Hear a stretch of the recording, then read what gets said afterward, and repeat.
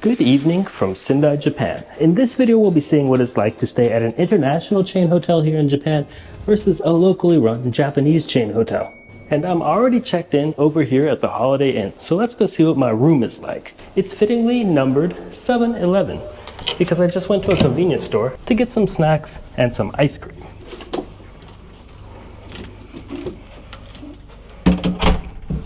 Normally you'd have to insert a card to turn on the electricity here, but it's already been turned on and there's been a card in there since the moment I stepped foot in here. But this is a twin bedroom and it's quite an old hotel. If I had to guess, it was built in like the late 70s, early 80s, maximum late 80s. But it seems like it's comfortable enough. There's carpeting on the floor, which is pretty common in Japan, and then these two beds, well, they are pretty soft. And in Japan, you almost always get some kind of sleeping garment. So here, they've got this, well, I don't know exactly what you call this. It's like a robe type thing. It's definitely comfortable. Then there's of course a TV. And for a hotel room in Japan, this is really, really spacious. Here you've got a nice seating area with two seats and a table that I guess you could dine on or, I don't know, use to do some work, whatever. And although everything in this room is quite old and this chair might make some squeaky sounds, it's pretty functional. And then over here, there's more of a workspace area. You can see my wife and I have our computers here, and there's some snacks from one of the convenience stores in the area. And there's this seat, but to be honest, looking at it, it is a little bit worn out. Everything else in the room is older, but not like worn out, more well maintained. This seat, something happened here. I don't know what, but something. And you can see there's these stains. They should probably just replace the seat. Everything else seems okay. But this desk, that seems like a pretty workable space to sit around at. One downside I notice here is that there's only this one 100-volt charger right here, and the other one is kind of dedicated to your tea kettle. And by the way, these electric tea kettles in Japan are pretty awesome. You could boil up to, well, in this one, 0.8 liters. And I don't know, they just look cool, basically.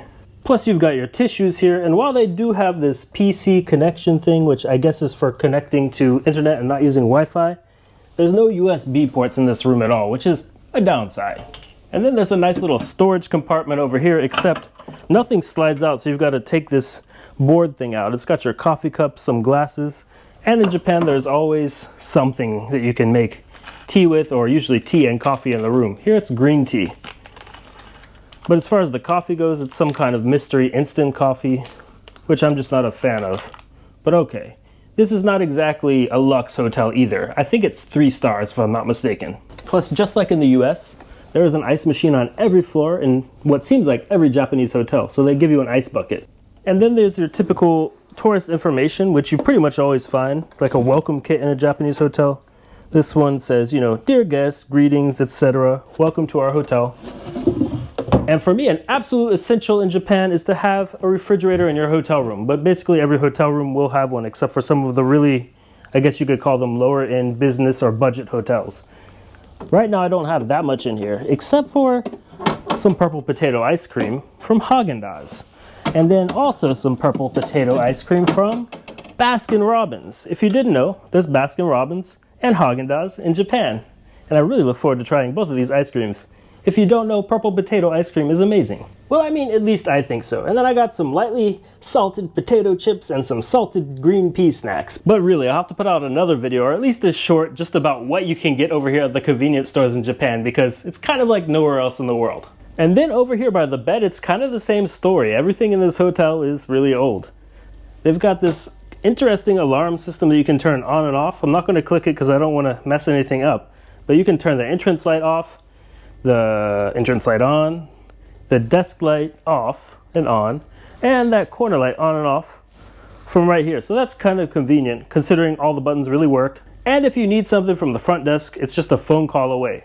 Assuming you speak Japanese, because not everybody working at this hotel really speaks English, although a lot of them do actually. To be really fair though, if you're not that familiar with hotels in Japan, or just anywhere in Japan, English is not that widely spoken, especially at a very advanced level. And pretty much every room in Japan will have AC. This one has a good functioning AC. I've tested it out already. Then there's a nice closet space here. One thing that is super cool are these spray bottles. I have no clue what's in it. I just think of it as some kind of like Japanese magic or something, but you come in after, I don't know, walking around without any socks on all day. Take your shoes off. I'm not going to take my shoes off and I have socks on. But let's just spray my shoes, for example. They smelled bad now.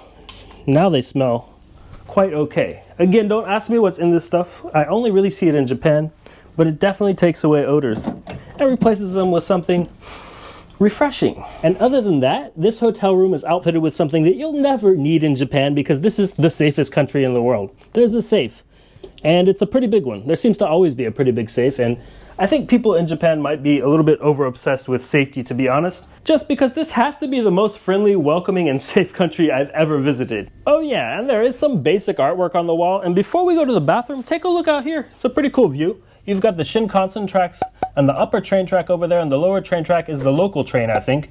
And then there's some traffic that'll pass by here. But the sound isolation is good. It's very quiet here. And it's a kind of cool view. Nice room, I think. And that is a mighty big mirror, but it's right next to the bathroom. So let's check out the bathroom. Japanese bathrooms are really cool. I love Japanese bathrooms. You've got to take a look at this toilet. I mean, looks like a toilet, right? What happens when you click that button? Just tell me. Oh, ah. Off. Whoopsie daisies. That might be toilet water on my head, but it's okay because everything in Japan is super, super surgically clean. But anyway, imagine what that does when you're sitting on the toilet. And I kind of forgot how they work somehow. Anyway, this is the off button.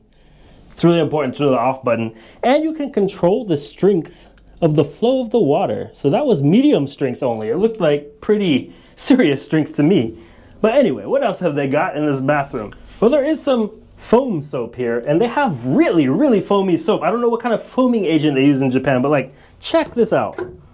Just like a little thing of soap. It's just super foamy. And I'm washing that toilet water off. It's clean anyway, right? And there's all of these amenities. And okay, I've visited Japan like quite a lot actually, but this is the first time that I've ever seen sort of eco-friendly amenities in a hotel room. Although I don't know if they're really eco-friendly. Like, these are wrapped in individual single-use plastic. I mean, it says care for our environment and they're biodegradable and safe for use. Maybe they're biodegradable, I don't know. Japan does have a little bit of a, I don't know, not my country, can't judge, but they use a lot of single-use plastics here. Anyway, dental kit, comb, and my wife's staying here with me as well, so there's 2 of everything. And they knew there was 2 of us coming, so they left 2 of everything. Vanity kit. To be honest, these razors in Japan almost never work. Beards, I guess, aren't like that common in Japan. It's just a little bit of facial hair, so they'll work for that. For this beard, they're not gonna, they'll just like cut me up and yeah. There are razors, but probably bring your own to Japan. But I think it's a really nice touch that they always have an amenity kit in the hotel. And I mean, even some of those cheaper business or budget hotels in Japan will have an amenity kit that's comparable to this one. So if you've never visited Japan, that might be kind of amazing to see, but it's actually really normal. Like, almost every hotel has something pretty comparable to that. Oh yeah, and it is a bit off topic, but have you ever heard of Muay Thai? I was just traveling in Thailand, and that stuff is intense. When you have like a sore back or sore neck, you just spray it here, and it's like crazy. But anyway, there's a phone in case you want to call someone while you're in the bathroom. I think that may actually be a requirement to be a 3-star hotel in Japan, that you have a phone in the bathroom. Not sure. But while the toilet is really cool, baths in Japan are also really nice. This one is actually full size. In those cheaper budget or business hotels, you'll find smaller bathtubs that are maybe like up to here or so. They always have shampoo, conditioner, and body soap though. And these smell pretty good. I don't know, let me give this a whiff. Body soap. Kind of smells like citrusy. Could be yuzu, but it's probably just like orange smell. And one thing I've always noticed in Japan is that they always have very nice packaging for all of the soaps, no matter how cheap the hotel is. And we'll go over how much this hotel and the second hotel that we'll look at cost me at the end of this video, so make sure to stay tuned for that. But let's give the shampoo a smell too, I don't know. Oh. That one's like kind of grapey. I think it's a grape shampoo, which I don't know. Maybe the first time I've smelled a shampoo like that. It smells natural though. I can't call that an artificial grape smell. Yeah, leaves a little bit of the smell in your hand. It's not overpowering. I feel like if you were really sensitive to smells, these would all still be good for you. I'm not going to smell the conditioner, but I can tell you it doesn't smell like much. It's just conditioner. And one other touch in this hotel room that really should be in every hotel room in the world is that they have a laundry line, because it's just normal to do some laundry in the hotel room in Japan. You know, in the sink, you wash it here. You could use foam soap or body wash, or maybe your own soap is best. Actually, I like to travel with this Dr. Bronner's. In fact, just earlier today in this room, I washed this shirt and it's already dry. So I didn't have to pay any money to use a laundry machine or a dryer or wait for those things. I just washed it in the morning and then I came back here. The AC was on relatively strong while I was out, and then it dried everything. So I mean, in super humid environments, it might not always be possible to dry your clothes in the bathroom or in your hotel room in general. But usually I personally prefer just to wash my clothes in the bathroom and not deal with laundry machines and coins and all that kind of stuff. And even more so to avoid having to use overpriced laundry services at hotels. And I think I'd struggle to even begin to explain to you how much I like this purple ice cream. It's so good. And Baskin-Robbins should really be making this stuff in other countries. And on the topic of food, I've booked the rate with breakfast included. So in the morning, we can go see what their hotel buffet is like. But that's it for tonight, so good night. But now it's breakfast time, so let's go see what breakfast is like at this Holiday Inn over here in Sendai, Japan. Well, people are very welcoming over here at breakfast. And in the first, they give you 2 capsules for the Nespresso machine in case you want espresso. But they also have regular coffee. Let's see what else they've got. Well, there is a section with hot food here, and some of it is like that British breakfast type stuff, bacon, eggs, sausage. But there's also some dumplings, fried horse mackerel, and let's see, what do they have over here? Oh, it's the famous Japanese Danish, accompanied by some other white flour looking things. And what I really love about Japanese breakfast is also the thing I love about Turkish breakfast. You can often find your plate filled with like 20 different dishes. And this section of the buffet has lots of different room temperature foods, but what's really catching my eye are these 2 local dishes here. But the coffee's really tasty, and a nice way to start breakfast in addition to coffee in Japan is with a nice little cup of miso soup. Let's check out some of this other food. I think this one's a sesame walnut paste wrapped in Japanese basil. And the salad's nice, that seaweed really gives it some body. Plus breakfast comes with indoor and outdoor entertainment. But get this was my first day eating breakfast at the hotel. The next day, the view looked like this. Japanese efficiency is pretty serious. And the breakfast over here at this Holiday Inn was really good. It might be the best thing about this hotel, actually. Unfortunately, during much of my stay, it's been very rainy, so it has been a little bit limiting in terms of what I could do outside of the hotel here in Sendai, but that's okay. But now it is time to head over to the train station and take a train to a new Japanese city where I'll be checking out a Japanese chain hotel under the brand of Dormy Inn. It's a nearly 4-hour ride over here on this local train. These local trains aren't really designed for that kind of thing so much. Not as much as the Limited Express or of course the Shinkansen bullet trains. But I'm getting some work done here. And to be honest, I'm just happy I didn't choose to go south because I would have gotten caught in a flood evacuation. So, very thankful for that. And just a few train rides later and I'm over at our Japanese chain hotel. Let's check it out.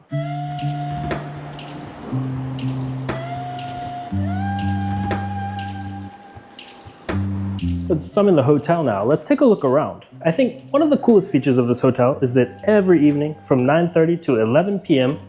you can have free ramen. I think it's just one bowl. It's not like unlimited ramen, but it's still free ramen. And this is the restaurant area, by the way, so it doesn't seem to be operating at all right now, but I think you can buy like lunch in there, and then they do breakfast in there. So we'll check out breakfast there tomorrow. And it's got a very, I guess I'd call it comfortable look, this hotel. Apple juice. Pretty cool. Okay. They got the. Plus, there's free apple juice and free coffee from 2 p.m. until 11 p.m. And I guess this Japanese hotel chain gets the people like free stuff too. Sweet. It's dark out already and kind of late, so I arrived a little bit late to drink any of this coffee, but I'll definitely try it like tomorrow or something. And one other thing that's super noticeable here, though it's not unique only to this Japanese hotel, you'll find these all throughout Japan, is that you can clean your hands everywhere. COVID obviously is not what it used to be, but in Japan, people are still very aware of cleanliness, and I think it's kind of always been that way. There's a culture of wearing masks here and keeping your hands clean. But now that I've tried my apple juice, let's head upstairs and see what the room is like. I'm on the 5th floor, and this is the 4th floor, so it's just 1 floor up. This elevator is cool too. There's a seat right there, just in case you didn't want to stand, or you know, some people get a little bit nervous in the elevator. That's cool. And I didn't realize, but I could have just taken the stairs up here since it's only one floor. So I think for the rest of my stay, I probably won't bother with the elevator. But let's check out this Japanese room.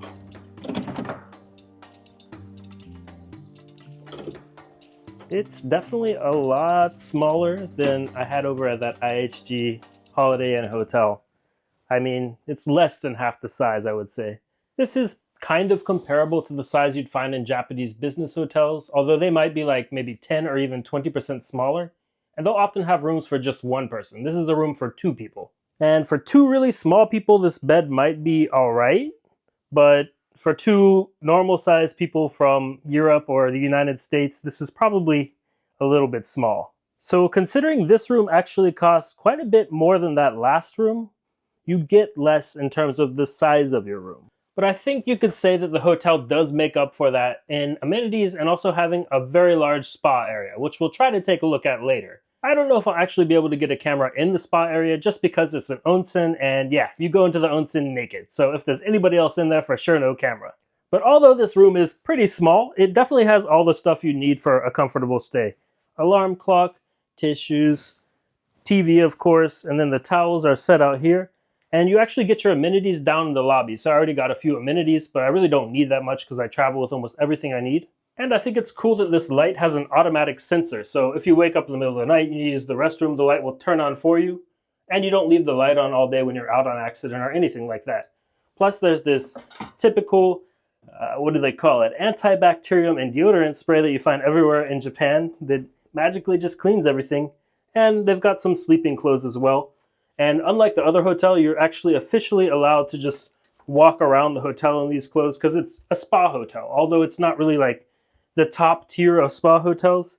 They have these in many Japanese cities.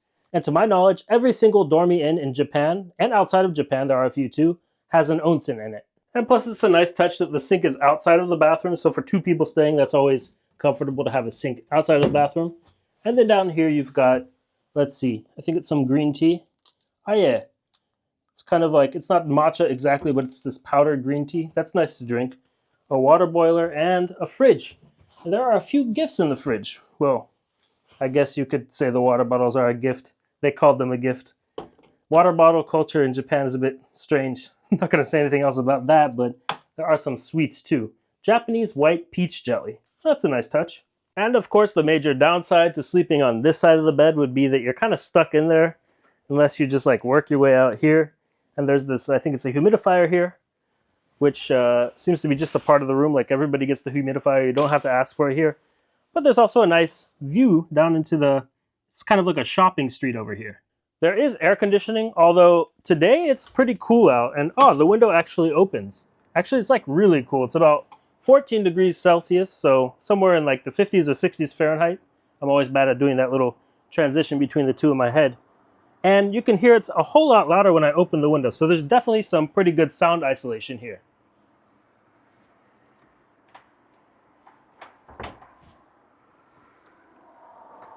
And getting the window to close is fun. I think you need 2 hands for it. Yep. Window is closed. Silent again. And on that note, I know this room is small, but there is still a bathroom to take a look at. So let's go over there. Kind of linoleum floors, I guess. I don't think this is real wood. It doesn't feel like it. And then, unfortunately, there's no bath. But okay, it is like a spa hotel with the big bath upstairs, or onsen, public bath as they call it. So that's a positive. Then there's shampoo, conditioner, body soap. And, I'll have to go out to the sink. It smells pretty mild. I don't know what to say about that one. That's the shampoo. And body soap also smells pretty much just like the shampoo. These definitely aren't luxury amenities or anything, but they'll definitely do the trick too. I don't know. And then you've got the Toto toilet that you find in basically every bathroom in Japan. It's also being exported, by the way. These are popular around the world these days. And that's really it. This is a very small feeling Japanese bathroom. Usually this space would kind of fill it out and make room for a bathtub there, but I guess they chose not to do that in this hotel. So I can't say for sure that that Holiday Inn over in Sendai is better than this Dormy Inn in Aomori, but my first impression here is that the room is quite small and I kind of miss having all that space at the Holiday Inn. But then again, there is also that spa upstairs, so I'm definitely going to take a little bit more of a look around the hotel, spend some time here, and see how it really is to stay at this Dormy Inn. And remember how I was saying it's pretty cold over here? Well, I wanted to pop this air conditioner on and use it as a heater because it also has that function. But the second it opened up, this super strong smell of mold started coming out of it.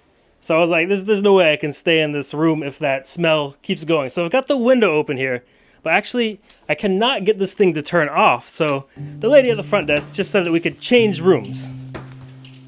So first order of business in the new room is making sure this doesn't have any mold in it or smell like it has mold in it. You just can't stay in a room that has anything to do with mold. It's turning on.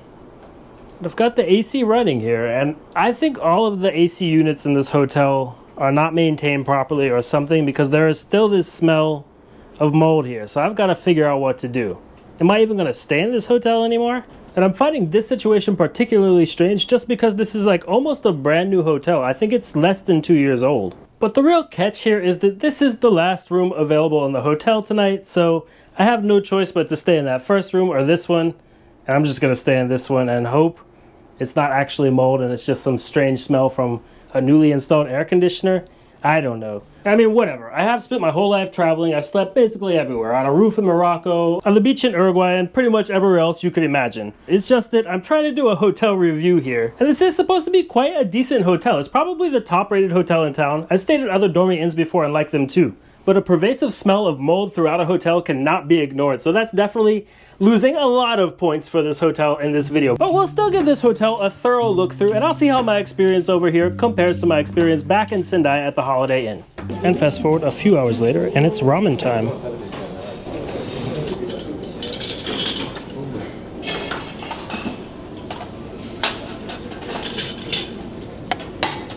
And I just walked into this hotel from outside. I was walking around, and I shouldn't say this, but anybody could walk in here and get this ramen because they don't seem to be checking anything. The actual amount of ramen you get is, well, this is the amount. So it'd be half a normal ramen or a small ramen in some shops. There's only one type of ramen that you can have, soy ramen. It's pretty flavorful though. The noodles in there. But I can see they're the dry ones they're cooking. So not bad. Free ramen, check. So in the end, I did figure out how to turn the air conditioning off, and I just popped that window open for a few hours while I was up in the spa. And let me tell you, visiting a Japanese onsen is such a relaxing experience, and the ones that they have at these dormy hotels are usually pretty nice. Now do understand that visiting an onsen means getting completely naked, so it's always divided by gender, and I think the women's one might be slightly different, I'm not actually sure, but the men's one has a nice array of spa facilities. There's like a 40 degrees Celsius pool outside, and then a 43 degrees Celsius little bucket that you can go in, and that's really hot. And then there's another kind of 40-degree bath thing, and then in the inside part there's a nice little thermal bath area, and the water there is probably a little bit below 40 degrees I'd guess, and then there's also a cold ice bath, and on top of all of that there's a really nice sauna. So I had a good time and I'm really quite relaxed right now. In fact, I don't even think I can say much more in this video. But despite this room being, I guess you could say, undersized, it's not really undersized for a Japanese room on average, but compared to the one I was staying at before, it is smaller. They do have a lot of nice little perks, and that spa really makes up for, like, I'd say 30% of the experience here at the hotel. And this is Hershey's chocolate, or a Hershey's chocolate ice cream bar. They don't really have these in any other country that I've ever seen that look like this. Let's give it a try. That is a seriously good, simple, but good ice cream bar. And the thing is, this is completely free. And if I understand right, you can just eat as much ice cream as you want after you go in the onsen. So definitely all of these freebies that the hotel offers to kind of bring customers in don't cost them that much money, but they all kind of go together and make the experience something more memorable than just staying in a hotel. So far, that's just kind of what my experience over here in this northern part of Japan is going like. Not bad, there definitely was that earlier issue, but right now I'm feeling pretty okay, ready to rest well, and tomorrow morning we'll see what the breakfast is like here. Breakfast time. Tell me your number. Oh yeah, it is 12:04. And it is a buffet style breakfast. Let's have a look. There's a salad section. What else have they got? Bread, rice balls.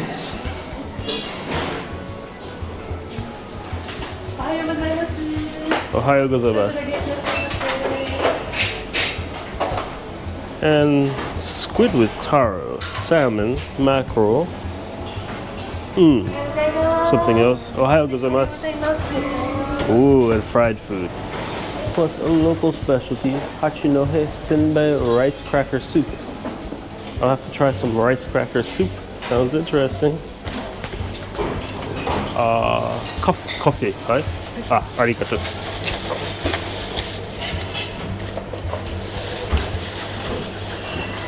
And of course, every good morning starts with a coffee. Now I'll go get some food.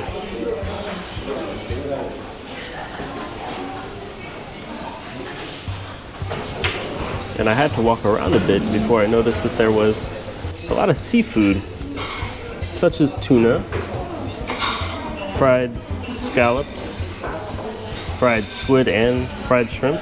Oh yeah, and these are raw scallops here. They're pretty chewy, but they're pretty good too. And some salmon. That's not bad for a breakfast. Then I've got soup with clams in it. It's like a miso soup with local clams. This is that rice cracker soup. And this has sansho pepper in it, this pickle here, which should make my mouth numb. So that'll be fun. And some salad to start with. You really just don't find raw tuna of the same quality outside of Japan like you do in Japan. Like, yeah, maybe in the US you can buy tuna sushi. In Europe it might be a little bit harder to track down even. But in Japan, there's just like so many people eating tuna that it's always so fresh. It's pretty good. And now I do have these fermented soybeans up there called natto, which I really don't like. But I love okra, and it's got that same consistency as natto. And those raw scallops were like really surprisingly good, a little bit sweet. So let's try the fried one.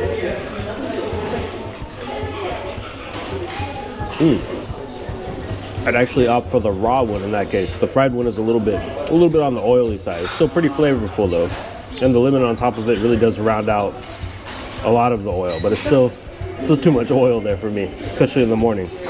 But this breakfast overall is pretty good. The coffee's not the greatest, the drinks in general aren't really the greatest, but they do have some nice options of different Japanese food to try that you wouldn't necessarily find at the Holiday Inn or any other non-Japanese chain, I guess. And I'm especially happy about the fact that I was able to get a few different types of raw fish, some raw scallops, and just a lot of seafood in general for breakfast. And this pickle with sansho pepper numbs your mouth, which is cool. I don't know. It's not really like a flavor, numb flavor. No. It's more like a sour thing. But the sensation of eating with your mouth a little bit numb is kind of fun for breakfast, I guess. Anyway, that's what breakfast looks like over here at the Dormy Inn. Not bad. Maybe not the best in the world either, but now that we've got a good idea of what it's like to stay at both of these hotels, let's head upstairs and sum all of it up. And finally, after a lot of rain, the sun did come out here. But so, we've got to determine which hotel is better. That Holiday Inn over in Sendai or this local hotel here in Aomori. Well, I'm of the strong opinion that any hotel in Japan is better than none, as in just visiting Japan is a pleasure. But there are definitely some points where one hotel did better than the other. To start though, I'd have to point out that they both had immaculate service, because basically this is Japan and you almost always get great service everywhere. But I did find that the English spoken over at this Japanese chain hotel was actually better than the English spoken over at the Holiday Inn, which is IHG, like a British owned chain. So for me, that's kind of the exact opposite of what I would have expected. And in the end, when it comes to service and the staff working at the hotel, I feel like the Dormy Inn did just a little bit better. There was that incident with the air conditioner, but they were able to change us to another room. And for a gaijin like me that speaks almost no Japanese, they were able to communicate quite well in English, while at the Holiday Inn, when I tried to communicate in English, often things were misunderstood. Even if we were using a translate app, we just really couldn't get to the bottom of what I was trying to figure out. But of course, one area where the Holiday Inn really did excel was the room. Yes, it was quite old and a little bit worn out, but it was just a lot bigger than this one. And the thing is, the price over at the Holiday Inn was significantly less than what I paid here at the Dormy Inn. Now you do have to consider that I got the spa access over here, but still the difference in price didn't make all that much sense to me, just considering that you could go to a public onsen for like 300 or 400 yen, so less than $4 US. The Dormy Inn over here of course had a few more freebies, but all in all I paid $146.79 per night to stay here, which is a pretty bad deal in Japan, to be honest. Now one slight difference between my two hotel stays that must be taken into account is that I stayed here on a Saturday night and a Sunday night, so that Saturday night is generally going to be more expensive than a weekday night in Japan. But even considering that, over at the Holiday Inn I paid $75.34 per night, which is a lot less, like almost $75 less. And I just don't think that the spa access here nor the freebies that they offer are worth nearly $75. Plus, although this Dormy Inn is a much newer hotel than that Holiday Inn, it still feels kind of worn out somehow. So if I had been able to pay just $75 for each of these hotels, it might be a little bit of a different story, to be honest. But I have checked the weekday rates over here at this Dormy Inn, and they're usually more than $75 too. So although both of these hotels offered a solid experience in the end, and a place for me to stay in one of my favorite countries in the world of Japan, if I could only stay at one of these hotels again in Japan, I would definitely go with the Holiday Inn based on my experience in this video. And that's not to say that I'd never stay at a Dormy Inn again either. I have had better experiences at other Dormy Inns in the past, to be honest, and gotten better deals too in other Japanese cities. But the other thing about it is that Dormy Inn is kind of a newer Japanese chain, and when I'd stayed there before, the prices were also a lot lower, and now they seem to be a little bit too high for what you get. But anyways, if you enjoyed this video comparing two hotels in Japan, I do have a few other hotel comparison videos that you might enjoy too. And if you're not yet subscribed to my channel, I have travel videos coming out all the time for you, so do make sure you're subscribed, give this video a like, and I'll see you all in the next one. Arigatou gozaimashita!